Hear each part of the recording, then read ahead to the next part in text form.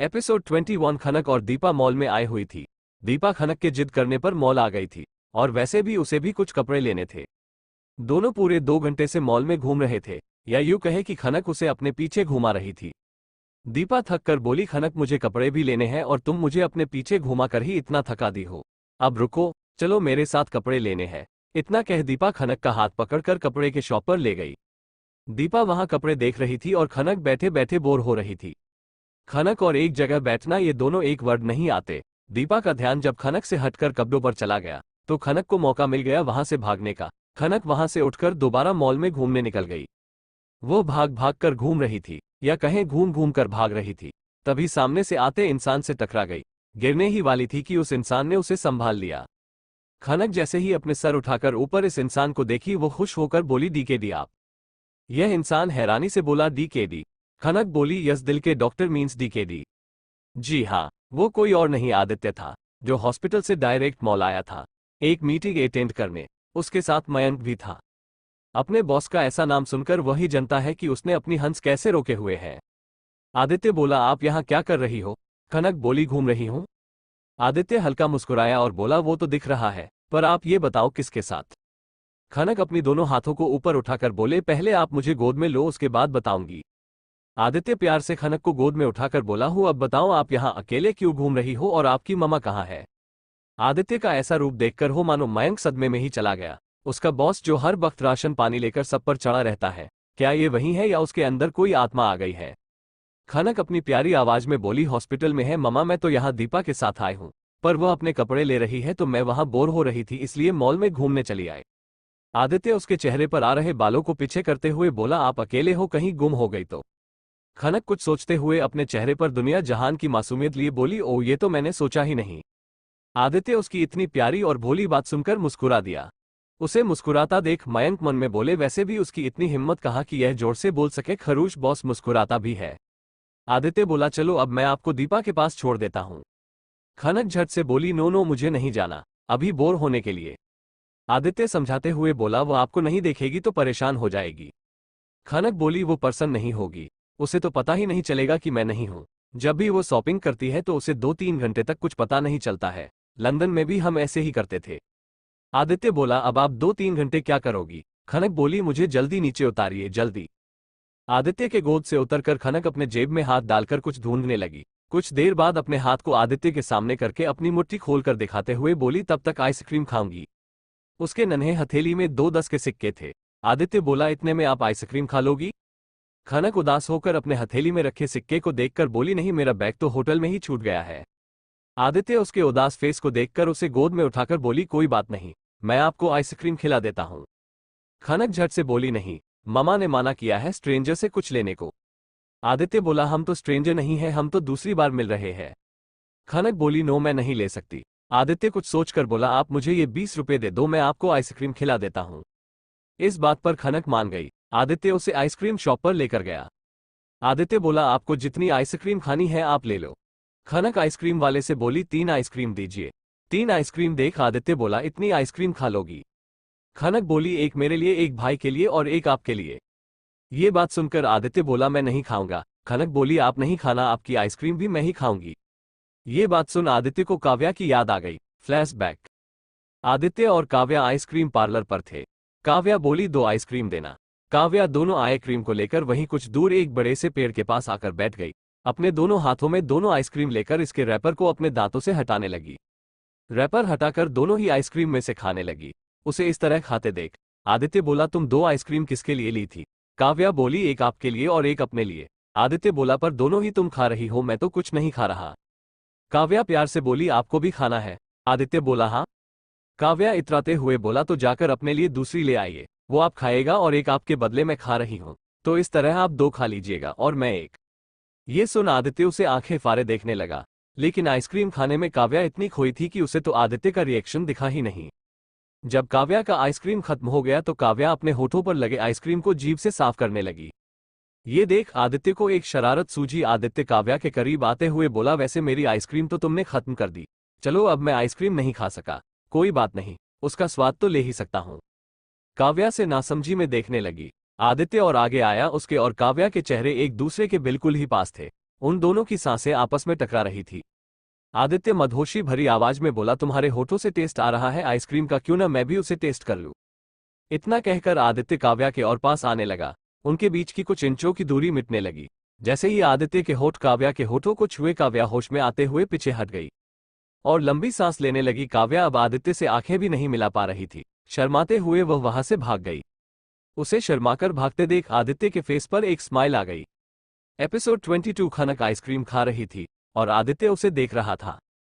खनक एक आइसक्रीम को पूरा खत्म करके दूसरी आइसक्रीम को खाने लगी, लेकिन उससे वो आइसक्रीम खत्म ही नहीं हो रहा था। वैसे भी वो खाना खाकर होटल से निकली थी, खत्म होता भी कैसे इतना बड़ा बड़ा आइसक्रीम जो था। काव्या उसे छोटे आइसक्रीम ही दिया करती है, क्योंकि खनक को आइसक्रीम खाने से ज्यादा इस बात से फर्क पड़ता था कि वो कितनी आइसक्रीम खत्म कर चुकी है। जब आइसक्रीम खत्म नहीं हो रहा था तो खनक इधर उधर देखने लगी। तभी उसकी नजर मयंक पर पड़ी। खनक अपनी एक आइसक्रीम को अपने हाथों में पकड़कर मयंक की ओर बढ़ते हुए बोली, ये आप ले लो। मयंक कुछ नहीं बोला, वह खनक को देखकर उसी तरह खड़ा रहा और आदित्य को देखने लगा। आदित्य खनक से बोला, पर आप अपनी आइसक्रीम उसे क्यों दे रही हो। खनक बोली, मेरा पेट फूल हो गया है, अब मैं इसे और नहीं खा सकती। और ममा ने खाना वेस्ट करने से मना किया है, इसलिए मैं इनको दे रही हूँ। आदित्य खनक की बात सुनकर मयंक को इशारे में आइसक्रीम लेकर किसी बच्चे को देने को कहता है। मयंक आदित्य का इशारा समझकर आइसक्रीम ले लेता है और वहीं कुछ दूर पर खड़े एक बच्चा को वह आइसक्रीम दे देता है। मयंक के आइसक्रीम लेने के बाद खनक आदित्य को देखकर अपने बचे आइसक्रीम की ओर इशारा करते हुए बड़े ही मासूमियत से बोली, अब मैं इसका क्या करूं, मुझसे तो ये आधी आइसक्रीम खत्म ही नहीं हो रही। उसके उतरे हुए चेहरे को देखकर आदित्य हल्का मुस्कुराकर बोला, मैं आपकी हेल्प कर सकता हूं। ये सुनते ही खनक खुश होकर बोली, सच, कैसे, और अपनी आंखें टिमटिमाकर आदित्य को देखने लगी। आदित्य उसके हाथों से आइसक्रीम लेकर खाते हुए बोला, ऐसे, और आइसक्रीम खाने लगा। आदित्य को आइसक्रीम खाता देख खनक खुश हो गई। आदित्य को आइसक्रीम खाता देख मयंक मन में बोला, ये ड्रैगन तो हमेशा आग उगलता है, आज इसे क्या हुआ जो ये आइसक्रीम निगल रहा है। आदित्य आइसक्रीम खत्म कर खनक से और बातें करने लगा। खनक भी अपनी शैतानियां आदित्य को सुनने लगी। आदित्य उसकी बातें सुनता और मुस्कुराता। मयंक भी खनक के बातें पर हंस पड़ता, लेकिन आदित्य की नजर पड़ते ही चुप हो जाता। लगभग 2 घंटे बाद दीपा दौड़ते हुए वहां आई और अपने सामने खनक को देखकर वहां रुकी। खुद की सांसों को काबू करने के लिए गहरी गहरी सांस लेने लगी। दीपा सांसों को काबू में करते हुए खनक को देखकर बोली, खनक तुम यहाँ क्या कर रही हो। पता है मैं तुम्हें 1 घंटे से पूरे मॉल में ढूंढ रही हूँ। अगर आज तुम गुम हो जाती न तो तुम्हारी ममा मेरी जान ही ले लेती। हम इन्हें बिना बताए आए हैं। जल्दी चलो, तुम्हारी ममा का आने का टाइम हो गया है। हम उन्हें होटल में नहीं मिले तो हमारी लंबी क्लास लग जाएगी। दीपा आदित्य को नहीं देखा पाई थी, क्योंकि आदित्य के पीछे वो खड़ी होकर ये बोल रही थी। आदित्य को भी वह नहीं दिख रही थी। आदित्य जैसे ही पीछे मुड़ा, दीपा आदित्य को देखकर शौक से बोली, सर आप। दीपा आदित्य को जानती थी। आदित्य उसे अपनी सर्द निगाहों से देखते हुए बोला, आर यू दीपा। दीपा बोली, यस सर, डॉक्टर के की असिस्टेंट। सॉरी सर, मुझे जाना होगा। इतना कहकर दीपा एक हाथ में खनक को और दूसरी हाथ में अपने शॉपिंग बैग को उठाकर बिना आदित्य को देखे वहां से 9-2-11 हो गई। आदित्य उसे कुछ देर जाते देखते रहा, तभी उसके दिमाग में एक बात क्लिक हुई। आदित्य खुद से मन में बोले, अगर ये डॉक्टर के नहीं है तो फिर कौन है डॉक्टर के। खनक के की बेटी है, उसका फेस काव्या से मिलता है, इसका मतलब काव्या ही डॉक्टर के है। ये ख्याल आते ही आदित्य खुश हो गया। खुशी इस बात की थी कि काव्या मिल गई। इस बात को कंफर्म करने के लिए उसने मयंक से पूछ, मयंक क्या तुमने डॉक्टर के को देखा है।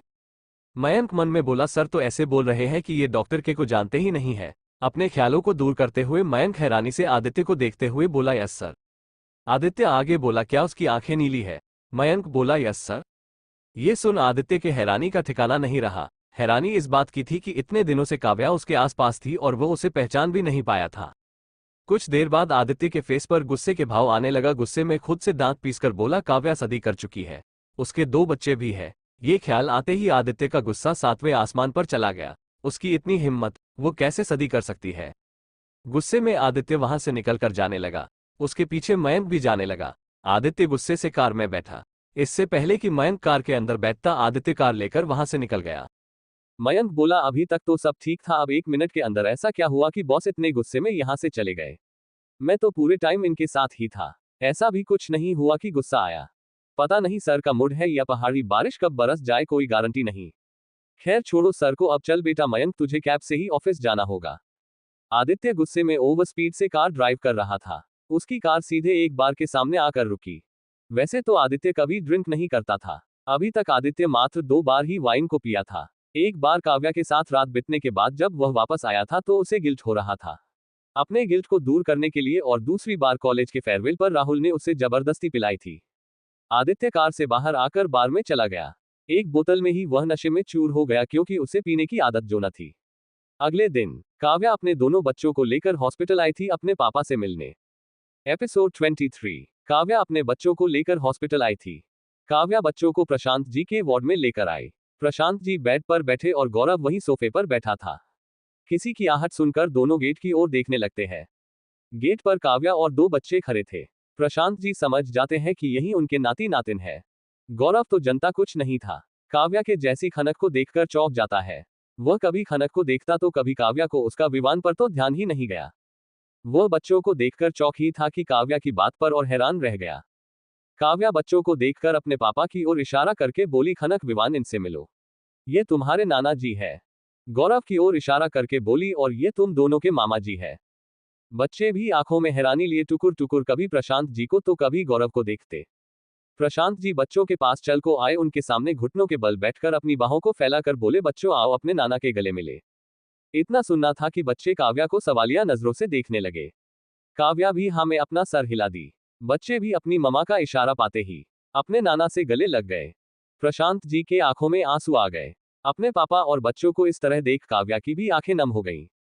गौरव तो बस आंखें फाड़े चारों को एक एक करके देखे जा रहा था। उसे तो कुछ समझ में ही नहीं आ रहा था। जब उससे सस्पेंस बर्दाश्त नहीं होता तो वह काव्या से पूछता है, काव्या ये सब क्या है? इस बात का जवाब प्रशांत जी गौरव को देख कर देते हैं, गौरव तुम काव्या से कुछ नहीं पूछोगे। एक बात जान लो, ये काव्या के बच्चे हैं। इसके अलावा मैं तुम्हारे मुंह से कुछ नहीं सुनने वाला। गौरव भी अपने पापा की बात मान गया और उसके बाद कुछ नहीं पूछा। प्रशांत जी काव्या को देखकर बोले, डॉक्टर के, मुझे डिस्चार्ज कब मिल रहा है? पापा आप अभी पूरी तरह ठीक नहीं हुए हैं। आपको डिस्चार्ज 2 दिन बाद ही मिलेगा। प्रशांत जी कड़क लहजे में बोले, मुझे आज ही डिस्चार्ज चाहिए। काव्या बोली, पर पापा, पर वर कुछ नहीं सुनना मुझे। मैं अपने नाती नातिन को अपने साथ घर लेकर जा रहा हूँ। मैं नहीं चाहता कि इनका अपना घर होते हुए भी ये होटल में रहे। और तुम भी शाम तक सारा सामान लेकर घर आ जाना। काव्या के पास अपने पापा की बात मानने के अलावा और कोई चारा भी नहीं था। वह अपना सर हाँ में हिला दी। आपने पापा के मुंह से घर आने की बात सुनकर काव्या और गौरव के फेस पर स्माइल आ गई। खनक खिलखिलाकर हंसने लगी। विवान उसे घूरने लगा और बोला, हंस क्यों रही हो? खनक बोली, ममा हमेशा हमें डांटती है और आज ममा को डांट पड़ रही है। खनक की बात सुनकर गौरव बोला, बेटा तुम्हारी ममा तो कभी डांट नहीं खाती थी। वह तो अभी कोई गलती करती ही नहीं थी तो कहां से डांट सुनेगी। सिर्फ मुझे परेशान किया करती थी, और वो भी जब पापा नहीं होते थे तब पापा के सामने तो एकदम ही शरीफ बन जाती थी और मुझे शैतान बना देती थी। जब मैं पापा को इसकी हरकतें बताता तो उल्टे मुझे ही डांट खाना पड़ता था। इसी तरह वे बात करते रहे और काव्या कुछ देर बाद बच्चों को वहीं छोड़कर राजेश जी को देखने चली गई। दूसरी ओर आदित्य कार में सोया था। उसका फोन लगातार बजे जा रहा था। फोन की रिंग से उसकी आंखें खुली। आदित्य जैसे ही उठा उसे सर में बहुत तेज दर्द हुआ। वह अपना सर पकड़कर बैठ गया। हुआ कुछ यूं, कल रात आदित्य नशे में बार से निकल गया। कार में बैठने के बाद उसे इतना गुस्सा आ रहा था कि वह स्टीयरिंग पर अपना हाथ मारकर गुस्से से चीखकर बोला, काव्या तुम शादी कैसे कर सकती हो? नहीं कर सकती शादी तुम। मैं तुम्हें 4 साल से पगलों की तरह ढूंढ रहा हूं और तुम किसी और से शादी कर चुकी हो। तुम मेरे अलावा किसी और से शादी कैसे कर सकती हो? कैसे कर सकती हो? उसके बाद आदित्य वहीं कार में ही सो गया। वह कहते हैं ना कि नशे में लोग अक्सर सच बोलते हैं। आदित्य भी जो बात कभी नहीं मानता था, आज वह नशे में बोल रहा था, लेकिन इस समय उसे सुनने वाला कोई नहीं था। खैर, आदित्य अपना कॉल पिक किया ही था कि दूसरी तरफ से आवाज आई, सर आप कहाँ हो? आज आपकी इंपॉर्टेंट मीटिंग है। आप कब तक ऑफिस आ रहे हो? आदित्य अपना सर पकड़कर बोला, मैं आधे घंटे में आता हूँ। हॉस्पिटल में काव्या राजेश जी के वार्ड में आए। राजेश जी को होश आ गया था। राजेश जी काव्या को देखकर बोले, मैं कितने दिनों से बेहोश था? काव्या बोली, 1 दिन से ज्यादा। राजेश जी बोले, क्या? काव्या बोली, अब आप बिल्कुल ठीक है। कुछ दिन रेस्ट कीजिए, उसके बाद आपको डिस्चार्ज मिल जाएगा। राजेश जी काव्या को देखकर कुछ सोचते हुए बोला, बेटा क्या आपकी शादी हो चुकी है? काव्या उन्हें हैरानी से देखने लगी। उसे समझ नहीं आ रहा था कि वो यूं अचानक ये सवाल क्यों कर रहे हैं। जब उसे कोई जवाब न सूझा तो वह चुप रही। राजेश जी आगे बोले, मेरा एक बेटा है लेकिन मेरी एक बात नहीं मानता। वह भी तुम्हारी तरह ही डॉक्टर है। उसकी शादी के लिए ही लड़की ढूंढ रहा हूं। आदित्य की शादी ये सुनते ही काव्या के दिल में टिश सी उठी। पिछले 2 सालों से उससे बोल रहा हूं शादी के लिए, लेकिन वह है कि मेरी बात ही नहीं सुनता है। मैं भी कुछ ज्यादा जिद नहीं करता हूँ, आखिर उसके लायक लड़की भी तो मिलनी चाहिए। तुम तो उससे मिल ही चुकी होगी। क्या मेरे बेटा अच्छा लगा तुम्हें? हाँ, मैं तुम्हारी शादी उससे करवाना चाहता हूँ, अगर तुम चाहो तभी। आदित्य से शादी यह सुनते ही काव्या के मन में लड्डू फूटने लगे। फिर उसे याद आया आदित्य का धोखा, अब तुमसे मेरा कोई रिश्ता नहीं है। काव्या बोली, जब मेरा आपसे कोई रिश्ता ही नहीं है तो फिर ये नया रिश्ता क्यों जोड़ना? काव्या बिना भाव के बोली, सर मेरे 2 बच्चे हैं। ये सुनते ही राजेश जी का चेहरा लटक गया। वो खुद से बोले, कहा तो काव्या को बहू बनाना चाहता था और काव्या कहा 2 बच्चों की मां निकली। काव्या राजेश जी को चेक कर अपने कैबिन में आए। दीपा पहले ही उसका सारा सामान ले गई थी। काव्या अपने कैबिन के अंदर आई और एक नजर पूरे कैबिन को देखकर वहां रखे मार्कर से कुछ लिखकर बोली, आदित्य मैं नहीं जानता कि तुम यहाँ आओगे या नहीं, नहीं जानती तुम्हें मेरे बारे में पता चलेगा या नहीं, लेकिन अगर पता चला और तुम यहाँ आए तो तुम्हें इस वर्ड के अलावा और कुछ नहीं मिलेगा। काव्या भी हॉस्पिटल से निकल गई। उसके पापा और बच्चे तो पहले ही जा चुके थे। 1 वीक दिन बाद राजेश जी को कल ही डिस्चार्ज मिल गया था। आदित्य काव्या के शादी करने से इतना गुस्सा था कि उसकी शकल भी नहीं देखना चाहता था, इसलिए वो उसके बाद हॉस्पिटल अपने पापा से भी मिलने नहीं गया था। लेकिन उसे कहाँ पता था कि काव्या अब जा चुकी है। एपिसोड 24। आदित्य अपने कैबिन में बैठा लैपटॉप पर काम कर रहा था, तभी उसका मोबाइल फोन बजा। कॉल पिक करते हुए आदित्य रूड टोन में बोला, बोल राहुल। उधर से आवाज आई, तू इतना बड़ा धोखेबाज निकलेगा मुझे नहीं पता था। तू अब तक मुझे माफ नहीं कर पाया है। मैंने बोला ना, गलती हो गई भाई। शादी इतनी जल्दी में हुई कि कुछ बताने का मौका ही नहीं मिला। तू तो जनता ही है, जब मैं इंटर्न करने कनाडा आया था तो मुझे उससे प्यार हो गया। पापा को भी लड़की पसंद थी, इसलिए 1 मंथ के अंदर ही शादी करनी पड़ी। इतनी जल्दबाजी में सब हुआ कि किसी दोस्त को नहीं बुला पाया। और तुम सब भी तो अपने इंटर्न में लगे थे। मैंने इसके लिए माफी भी तो मांग ली है। अब मैं कनाडा में रह रहा हूं तो तू मुझे पराया समझ रहा है, मुझे कुछ बता भी नहीं रहा है। आदित्य गुस्से से बोला, क्या बकवास कर रहा है? मैंने तुम्हें कौन सा धोखा दिया है और क्या नहीं बता रहा? राहुल बोला, तू शादी कर चुका है। आदित्य बोला, मैं नहीं तो। राहुल बोला, अब जब मुझे पता चल गया है तो तू मानने से इनकार नहीं कर सकता है। तुम और काव्या शादी कर चुके हो। आदित्य भौचक्का रह गया और बोला, मैंने और काव्या ने, और वो भी शादी। आदित्य बोला, नशा करके तो नहीं बोल रहा है। राहुल बोला, नशा तो तू करके बैठ है, और वो भी गुस्से का। चल ठीक है, शादी के बारे में नहीं बताता, लेकिन बच्चे के बारे में तो बता ही सकता था। देख मेरे बच्चे अभी नहीं हुए हैं, लेकिन जब होते तो सबसे पहले तुझे ही बताता। मैं अगर आज तुम्हारा डीपी नहीं देखता तो मुझे पता ही नहीं चलता कि तुम्हारी इतनी प्यारी बेटी भी है। दिखती बिल्कुल काव्या के जैसी, पर आंखें डीटू तुझ पर गई है, हरी क्रिस्टल जैसे। राहुल की बात सुनकर आदित्य राहुल से बोला, मैं तुम्हें बाद में कॉल करता हूं, और कॉल कट कर दिया। कॉल कट करने के बाद वो खनक की फोटो देखने लगा। आंखें बिल्कुल उसी के जैसे थे, क्रिस्टल जैसी। आदित्य खुद से सोचते हुए बोला, कहीं राहुल सच तो नहीं बोल रहा? कहीं खनक मेरी ही तो बेटी तो नहीं? हम उस रात साथ थे, इस हिसाब से खनक की उम्र भी मैच कर रही है। खनक मेरी बेटी यानी आदित्य सिंघानिया की बेटी खनक सिंघानिया है। ये राहुल इतना बेकार भी नहीं है, कभी कभी काम आ जाता है। आदित्य के फेस पर खुशी और स्माइल थमने का तो नाम ही नहीं ले रहे थे। तभी आदित्य का चेहरा गुस्से में तमतमा गया। खनक का एक भाई भी है और हम एक बार ही साथ थे, तो ये बच्चा काव्या ने दूसरी शादी कर ली है। ये ख्याल आते ही अपना हाथ अपने डेस्क पर मारकर गुस्से से बोला, तुम ऐसे कैसे कर सकती हो? मेरी बच्ची के होते हुए दूसरी शादी? काव्या, तुम्हें जिसके साथ रहना है तुम उसके साथ रहो। अब मैं अपनी बेटी को तुम्हारे पास नहीं रहने दूंगा। मेरी बेटी मेरे पास रहेगी, अपने डैड के पास। इतना कहकर आदित्य काव्या से मिलने हॉस्पिटल चला गया। उसे तो अभी ये भी पता नहीं था कि काव्या वहां से कब की जा चुकी है। हॉस्पिटल में आदित्य हॉस्पिटल आकर सीधे काव्या के कैबिन में चला गया। कैबिन पूरी तरह खाली था, काव्या जा चुकी थी। आदित्य गुस्से से बोला, नहीं काव्या, फिर से नहीं, नहीं जा सकती तुम, और वो भी मेरी बेटी को लेकर तो बिल्कुल नहीं। मैं तुम्हें नहीं जाने दूंगा। आदित्य इतना बोला ही था कि उसकी नजर वहां पर रखे एक बोर्ड पर गई, जिस पर काव्या ने लिखा था, गुड बाय। ये देखते ही आदित्य से फेस पर एक डेविल स्माइल आ गई। वो बोला, ओ काव्या, गलती लिख दिया तुमने, गुड नहीं बैड लिखना था। तुम्हारे लाइफ में अब गुड कुछ नहीं रहेगा, ओनली बैड। इतना कहकर आदित्य वहां से चला गया। कुछ देर बाद आदित्य अपने ऑफिस के कैबिन में था, तभी वहां मयंक आया। आदित्य मयंक को देखकर बोला, मयंक पता करो डॉक्टर के कहा है, इंडिया में या फिर लंदन चली गई।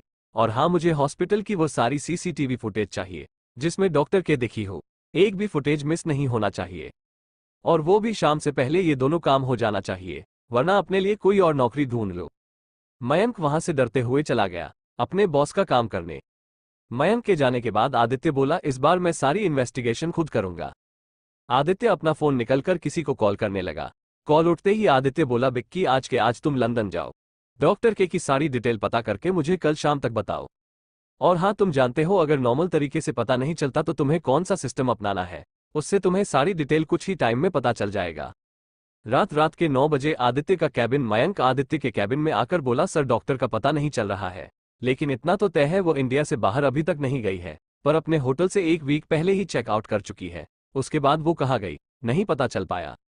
आदित्य जानता था काव्या का पता इतना जल्दी तो नहीं चलने वाला। वो खुद 4 सालों से काव्या के खोजने की कोशिश कर रहा है, और जब काव्या उसके पास थी तो वह पहचान भी नहीं पाया। आदित्य खुद से बोला, कोई तो है जो काव्या तक पहुंचने से रोक रहा है, लेकिन अब मैं भी देखता हूं कब तक वो मुझे रोकता है काव्या तक पहुंचने से। आदित्य मयंक से सख्त लहजे में बोला, मैंने और भी कुछ कहा था। मयंक अपने बॉस के गुस्से से भरी आवाज सुनकर डर से बोला, सर वो मेरे पास है। आदित्य गुस्से से बोला, अगर मैं नहीं मानता तो तुम वो मुझे कब देने वाले थे। मयंक ये सुन अपने जेब से मेमोरी कार्ड निकालकर आदित्य के डेस्क पर रखते हुए बोला, अभी देने ही वाला था। मयंक के जाने के बाद आदित्य सीसीटीवी का फुटेज देखने लगा। आदित्य को सीसीटीवी चेक करते हुए रात को 12 बज गए थे। तभी उसकी नजर एक फुटेज पर जाकर रुक गई। उस फुटेज को देखकर आदित्य का पारा हाई हो गया। एपिसोड 25। मयंक के जाने के बाद आदित्य सीसीटीवी का फुटेज देखने लगा। आदित्य को सीसीटीवी चेक करते हुए रात को 12 बज गए थे। तभी उसकी नजर एक फुटेज पर जाकर रुक गई। उस फुटेज को देखकर आदित्य का पारा हाई हो गया। वो तब का फुटेज था जब काव्या प्रशांत जी के ऑपरेशन करने के बाद इमोशनल होकर अपने भाई के गले लग रो रही थी। मयंक को इंटरकॉम से बुलाकर इसे गौरव की फोटो दिखाते हुए आदित्य गुस्से से बोला, पता करो ये लड़का यहाँ हॉस्पिटल में क्या कर रहा था। मयंक आदित्य की गुस्से भरी आवाज सुनकर घबरा कर बोला, सर मैं अभी पता करके बताता हूँ। इतना कहकर मयंक आदित्य के कैबिन से बाहर निकल गया। कुछ देर बाद मयंक आदित्य के कैबिन में दोबारा आया और बोला, सर ये वही लड़का है जिसके पापा का ऑपरेशन डॉक्टर के ने किया था। आदित्य सर्द लहजे में बोला, इसके बारे में पूरा डिटेल बताओ। मयंक मन में बोला, अरे मुझे खुद ही नहीं पता तो मैं कहाँ से बताऊं, इतनी जल्दी बस इतना ही पता चल पाया है। अगर ये बोलूंगा तो नौकरी तो छोड़ो जान भी नहीं बचेगी। मयंक को किसी सोच में देख आदित्य उसे गुस्से से घूरते हुए बोला, कुछ बोलोगे भी। मयंक झट से बोला, डॉक्टर प्रसाद को पता होगा। बेचारा मयंक अपने साथ साथ डॉक्टर प्रसाद को भी मरवाने वाला था। आदित्य बोला, डॉक्टर प्रसाद को लेकर आओ। मयंक बोला, अभी। आदित्य बोला, क्या कोई और मुहूर्त बोलूं। मयंक वहां से जाते हुए मन में बोला, आज मेरा बॉस सनक गया है, खुद तो सुबह से परेशान है, मुझे भी परेशान करके रखा है, और अब डॉक्टर प्रसाद को भी परेशान करने को बोल रहा है। अभी मैं उनके घर जाऊंगा तो वो मुझे गाली जरूर देंगे। चल बेटा मयंक, अब अपने बॉस के लिए गाली भी खा ही ले। आज आदित्य कोई बिजनेसमैन नहीं, एक पिता लग रहा था जो अपनी बच्ची से मिलने के लिए जमीन आसमान एक कर रहा था। कुछ देर बाद आदित्य के कैबिन में डॉक्टर प्रसाद अपने नाइट ड्रेस में खड़े उबासी ले रहे थे। बेचारे को तो मयंक ने कपड़े चेंज करने का भी मौका नहीं दिया, सीधा उठाकर ले आया। आदित्य प्रसाद को गौरव की फोटो दिखाते हुए बोला, इसके बारे में जो कुछ भी जानते हो बताओ इन डिटेल। डॉक्टर प्रसाद बोले, ये तो वही लड़का है जिसके पापा के ऑपरेशन में मैं डॉक्टर के साथ था। इसका नाम हाँ गौरव भूषण, पापा का नाम प्रशांत भूषण। आदित्य बोला, ये बताओ कि के और इस लड़के का रिश्ता क्या है। प्रसाद बोले, डॉक्टर के इसको भाई बोल रही थी। हाँ ये डॉक्टर के का भाई ही है, डॉक्टर के पापा प्रशांत भूषण है। आदित्य बोला, ठीक है आप जाओ। प्रसाद अपना मुंह बनाकर जाते हुए बोले, ये तो कल सुबह भी पूछ सकते थे, नहीं तो कॉल ही कर लेते। मेरे घर से मुझे उठवाने की क्या जरूरत थी, पता नहीं मेरे मोहल्ले वाले क्या सोच रहे होंगे। आदित्य मयंक को देखकर बोला, सुबह तक प्रशांत भूषण और उसकी फैमिली के बारे में सब कुछ पता चाहिए।